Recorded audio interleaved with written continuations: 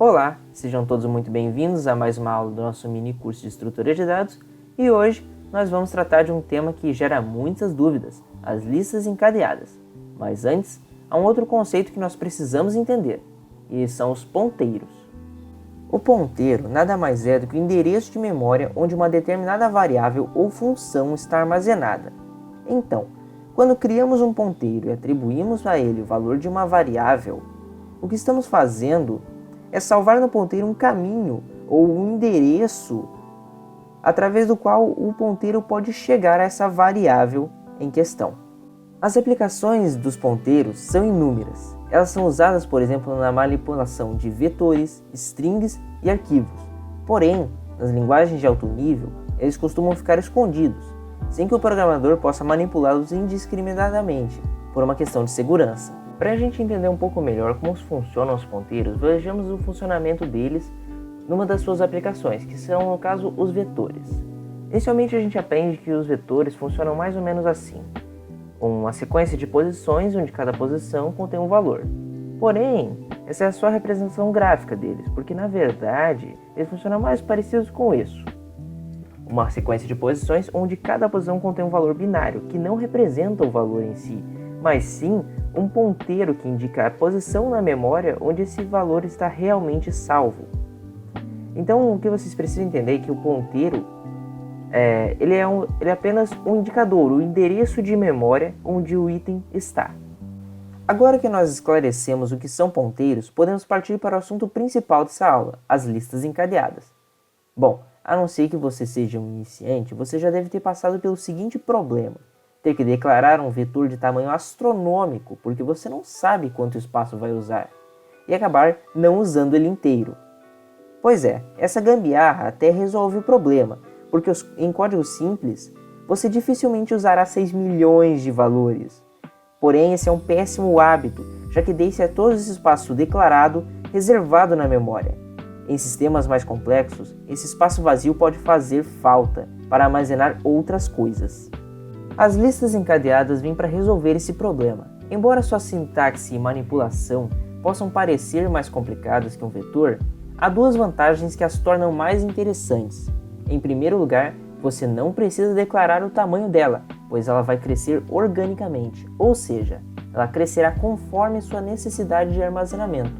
A outra vantagem é que você pode remover valores de qualquer posição da lista sem precisar realocar todos os demais valores como você faria com um vetor. Nas listas encadeadas, para remover um item, basta excluí-lo e redirecionar o ponteiro que apontava para ele em direção ao próximo item. Uma lista encadeada é composta de vários elos. Cada elo contém um objeto de um tipo abstrato de dado. O tipo precisa ser abstrato, pois esse objeto tem que conter pelo menos um valor e um ponteiro para o próximo elemento.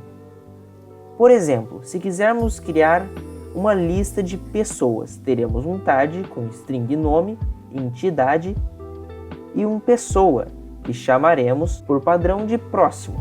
Próximo será o ponteiro que indica o próximo elemento da lista. Se esse for o primeiro elemento da lista, ele apontará para nulo, pois não há um próximo. Para trabalhar com listas encadeadas, criaremos uma variável auxiliar chamada de fim, no caso do tipo pessoa. Essa variável sempre indicará o último elemento da lista. Note que não precisamos de uma variável auxiliar para indicar o início da lista, pois sabemos que o início é aquele cujo o valor de próximo for nulo. Quando inserimos um novo elemento em uma lista, só precisamos atribuir ao seu próximo o fim, que indica o último elemento até então. Nisso, nós conectamos esse novo elo à lista. Depois, atribuímos esse novo elemento a fim, indicando o novo fim da lista. Agora que nós entendemos o conceito de listas encadeadas, vamos fazer um exercício para entender como elas funcionam na prática. Muito bem, gente, eu já estou aqui no NetBeans e no exercício de hoje a gente vai fazer o seguinte: a gente vai construir uma lista encadeada de pessoas que vai realizar as operações básicas de uma lista encadeada, ou seja, vamos poder inserir na lista, procurar na lista, exibir a lista inteira e excluir na lista. Essas são as operações básicas.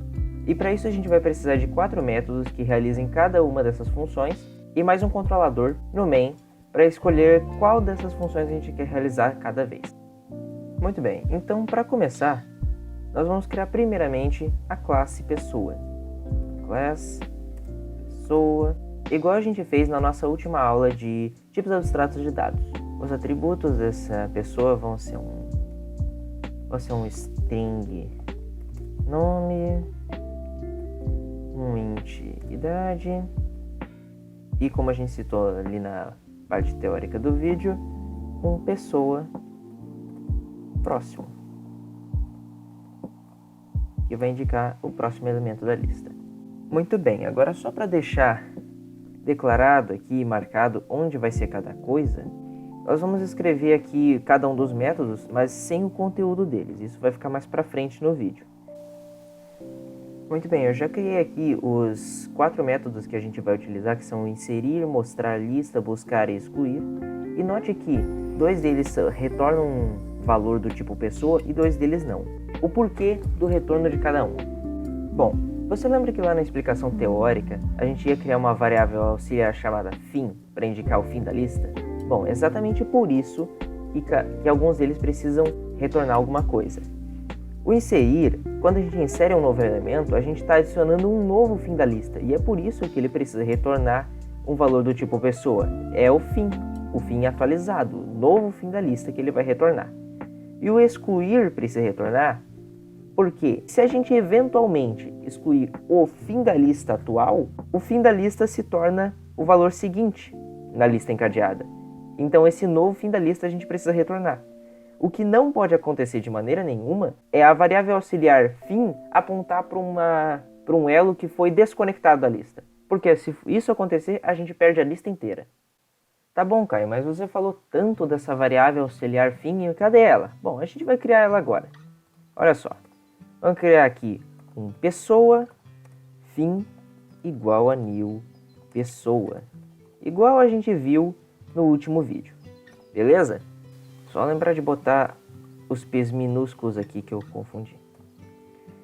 Quando a gente cria o fim, a gente cria ele para ser uma variável que sempre aponta para o último elemento da lista. Só que num primeiro momento, ele aponta também para o primeiro elemento da lista, porque a lista só tem um elemento.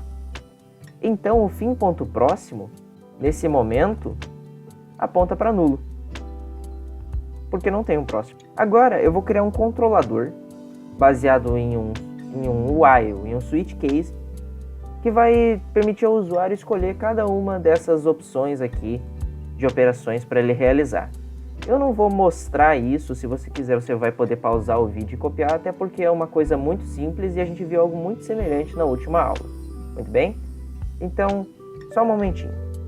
Foi rapidinho, não foi? Não foi nada. Demorou um tempão para mim, só para vocês que foi rápido.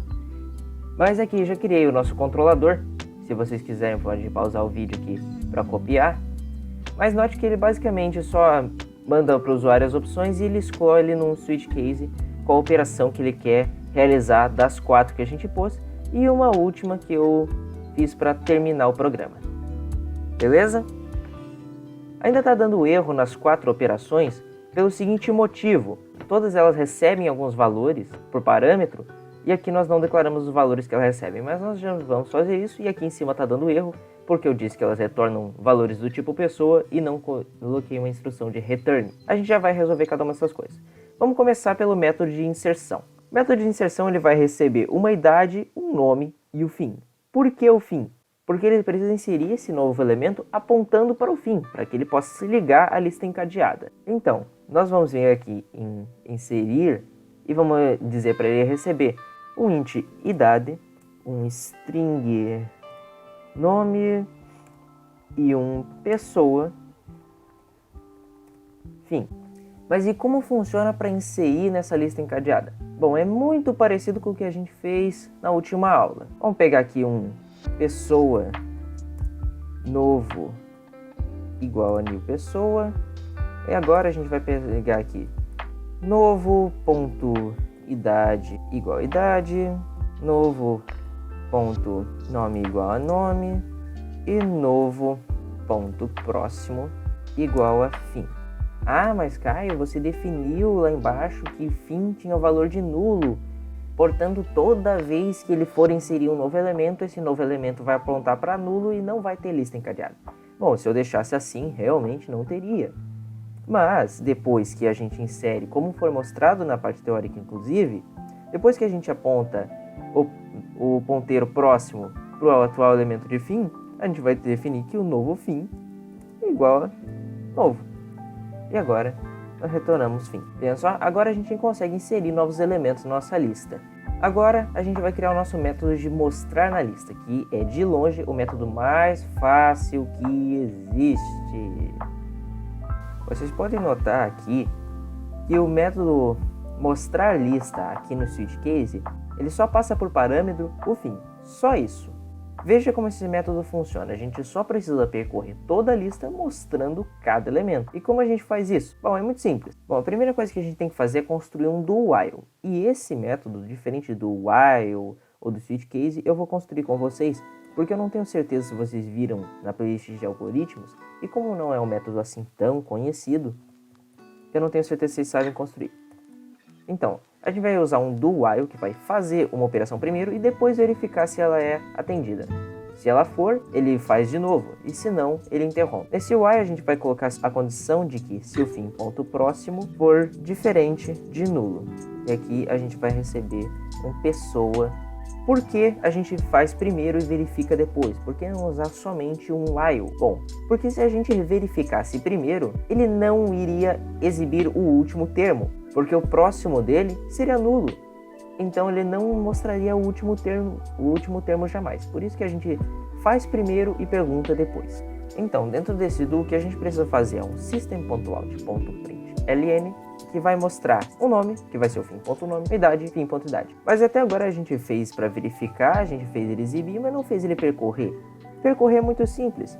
Como a gente está aqui num método que é do tipo void, não vai retornar nada, a gente pode se sentir livre para percorrer o fim. Vamos dizer que fim igual a fim ponto próximo. A gente não vai retornar nada, então não tem problema que o fim altere o valor dele aqui dentro, porque no código em geral o fim vai continuar com o mesmo valor. Muito bem, agora que a gente terminou o método de mostrar, o método de inserir, a gente pode fazer uma prévia de teste. Vamos executar mesmo com erro, vamos rodar aqui. Bom, a gente vai clicar no número 1 aqui para inserir alguma coisa, e vamos só colocar 1 de idade e A de nome. E vamos inserir de novo, e colocar idade 2 e nome B. E vamos exibir agora. Mostrou aqui, certo? Ele sempre vai exibir do último elemento para o primeiro, sempre nessa ordem, beleza? Agora a gente vai criar um método de buscar na lista. Esse já é um pouquinho mais chatinho. Para a gente fazer ele funcionar, a gente vai receber aqui o fim e o nome que a gente está buscando. Então, pessoa, fim e string nome. O nosso método de busca ele vai ser bem parecido com o método de mostrar a lista. Beleza? A gente vai construir um do while, verificando através do método equals se o nome naquela posição é igual ao nome passado por parâmetro. O vídeo já está ficando bem longo, então eu vou cortar eu escrevendo essa parte do código e a gente só vê como é que funciona, beleza? Eu usei aqui o método do while com o fim igual a fim ponto próximo para pular de posição, exatamente igual eu fiz aqui em cima. A única coisa de diferente é que eu adicionei um if fim.nome.equals igual a nome. O que isso faz? Eu só verifico através do comparador de string, que é o .equals, se o fim.nome igual ao nome passado por parâmetro. Se for, eu retorno true. Se ele não cair nesse return, ele vai acabar caindo aqui nesse return aqui fora do while, que vai retornar falso. O return funciona também como método break. Ele não só retorna um valor, como ele também encerra as atividades dentro daquele método. Então eu não preciso me preocupar em botar um break ou qualquer coisa aqui. Beleza? Bom, para essas alterações que a gente fez ali em cima funcionarem, é bem simples. A gente vai colocar aqui que um boolean busca recebe passando por parâmetro fim e nome. E aqui, se o método retornar true, ele diz que a pessoa foi encontrada, e se não, ele diz que a pessoa não foi. É um negócio bem simples, tá? Só pausa aí que você consegue fazer. Vamos testar para ver se isso funciona? Vamos criar aqui os valores aqui para encher linguiça, idade 1, nome A, idade 2 e nome B. Vamos procurar primeiramente um valor que existe. Vamos procurar B, pessoa encontrada. E vamos procurar aqui um valor que não existe. Vamos procurar C, pessoa não encontrada. Então está funcionando redondinho. E agora sim a gente vai partir para o método mais chatinho de todos, que é o método de exclusão. Esse aqui é o método mais complicado, tá? Então vocês vão ter que prestar bastante atenção no que eu vou estar fazendo. E por ele ser tão complicado, diferente dos outros, eu não vou só colar o código aqui e explicar para vocês, eu vou escrever ele passo a passo. Beleza? Vocês lembram que quando eu estava explicando a parte teórica, eu disse que para excluir uma pessoa, a gente só precisava excluir essa pessoa e direcionar o ponteiro anterior a ela para o próximo? Lembram disso? Então, aqui, esse é um método que está retornando um valor do tipo pessoa. Então, diferentemente do método mostrar lista, ou mesmo do buscar, eu não posso percorrer fim indiscriminadamente, porque eu vou ter que retorná-lo no final. Ele não pode estar com um valor muito aleatório, senão eu vou perder toda a minha lista. Então, a primeira coisa que eu tenho que fazer é criar uma variável auxiliar que vai ser um clone do fim. Ele vai funcionar somente dentro desse método para percorrer a lista. Beleza? Então vamos criar aqui um pessoa ao x igual a new pessoa. E vou definir que ao x igual a fim. Beleza. Esqueci de receber, é claro, os valores por parâmetros. São um pessoa fim e um string nome. Então, agora vai começar a engrossar um pouco. Vocês lembram que se a gente excluísse um determinado elo da lista encadeada, a gente precisaria que o anterior a ele apontasse para o elemento seguinte? Então, a gente precisa que alguma variável aqui indique o elemento anterior na lista e não só o atual. Então a gente vai criar uma outra variável auxiliar, tá? A gente vai chamar de anterior. Pessoa anterior, escrever certo ajuda, né? Pessoa anterior igual a new pessoa. E inicialmente anterior vai ter o mesmo valor de fim. O funcionamento para a gente percorrer essa lista vai funcionar da mesma forma com todas as outras. A gente vai usar um do while, seguindo a mesma lógica. Então vamos construir aqui um do while que verifica se a UX, porque, detalhe, eu não vou usar o fim para percorrer, ok? A UX ponto próximo for diferente de nulo. E aqui eu vou usar aquela mesma coisa e dizer que a UX igual a UX ponto próximo. Ok, agora a gente precisa, primeira coisa, verificar se o elemento atual é igual ao elemento que a gente quer excluir, certo? Então, vamos fazer aqui igual a gente fez aqui no último. Então, se o nome na posição ao x for igual ao nome que a gente recebeu por parâmetro, então é esse elemento que a gente quer excluir. Então, de quebra, a gente já escreve aqui um salt dizendo que o nome foi excluído. Beleza, tá pronto? Não, claro que não. A gente ainda precisa excluir o elemento. A gente só disse que ele foi excluído, mas não excluiu nada. Para isso, a gente tem que entender se esse aqui é o último elemento da lista ou se ele está lá no meio, porque isso faz toda a diferença. Se ele estiver lá no meio, a gente precisa pegar o anterior e apontar para o elemento seguinte. Se ele for o último, a gente só precisa desvincular ele e atribuir o fim ao elemento seguinte. São duas operações diferentes de exclusão. E por isso, a gente vai ter que ter duas opções de exclusão dentro do mesmo método. Primeiramente, a gente vai verificar, então, se a UX for igual ao fim. que a gente não alterou, então ele ainda está com o valor original. Se esse for o caso, significa que a gente está excluindo o último elemento da lista. E, portanto, o que a gente precisa fazer é bem simples, na verdade. A gente precisa definir que AUX vai receber AUX.próximo. Ou seja, a gente está passando para o próximo elemento da lista. E agora a gente pega o fim que a gente vai excluir, no caso, e diz que fim.próximo, ou seja, ele vai apontar agora para nulo. A gente então desvincula ele da lista e passa o AUX para a próxima posição e nós retornamos o AUX. Então, esse elemento AUX que a gente está retornando aqui, então é o penúltimo elemento, porque o último a gente está excluindo e desvinculando da lista, inclusive, para que ele seja coletado pelo Garbage Collector. Eu não lembro se eu já expliquei isso antes, mas o Garbage Collector é uma ferramenta autônoma do Java que vai coletar o lixo de código, ou seja, aqueles elementos que apontam para o nada e não são apontados por ninguém. Então eles são lixo de código. A gente não precisa necessariamente declarar todos os atributos deles como nulos, excluí-los e etc e tal. A gente só precisa desvincular ele da lista que o Garbage Collector vai fazer o resto do trabalho. Então aqui a gente desvincula ele da lista e retorna o AUX, que é o penúltimo elemento, e vai se tornar o novo fim da lista.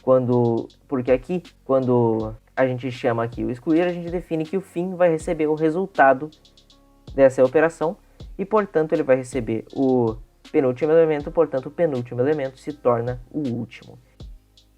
Agora a gente vai para a próxima opção. No caso do AUX não ser igual ao fim, ou seja, a gente está querendo excluir um elemento que não é o último da lista. Beleza? Então o que a gente vai fazer? A gente vai utilizar o anterior que a gente criou lá no início. E vai dizer que o anterior ponto próximo, ou seja, o ponteiro que indica o elemento seguinte a anterior, vai ser igual ao AUX ponto próximo. Ou seja, o elemento anterior e o elemento atual vão apontar para o mesmo elemento. E logo em seguida, AUX ponto próximo igual a nulo. Então a gente desvincula ele da lista encadeada. O único elemento que apontava para ele, que era anterior, está apontando agora para o próximo dele. E o próximo dele, e o elemento para o qual ele apontava, agora é nulo.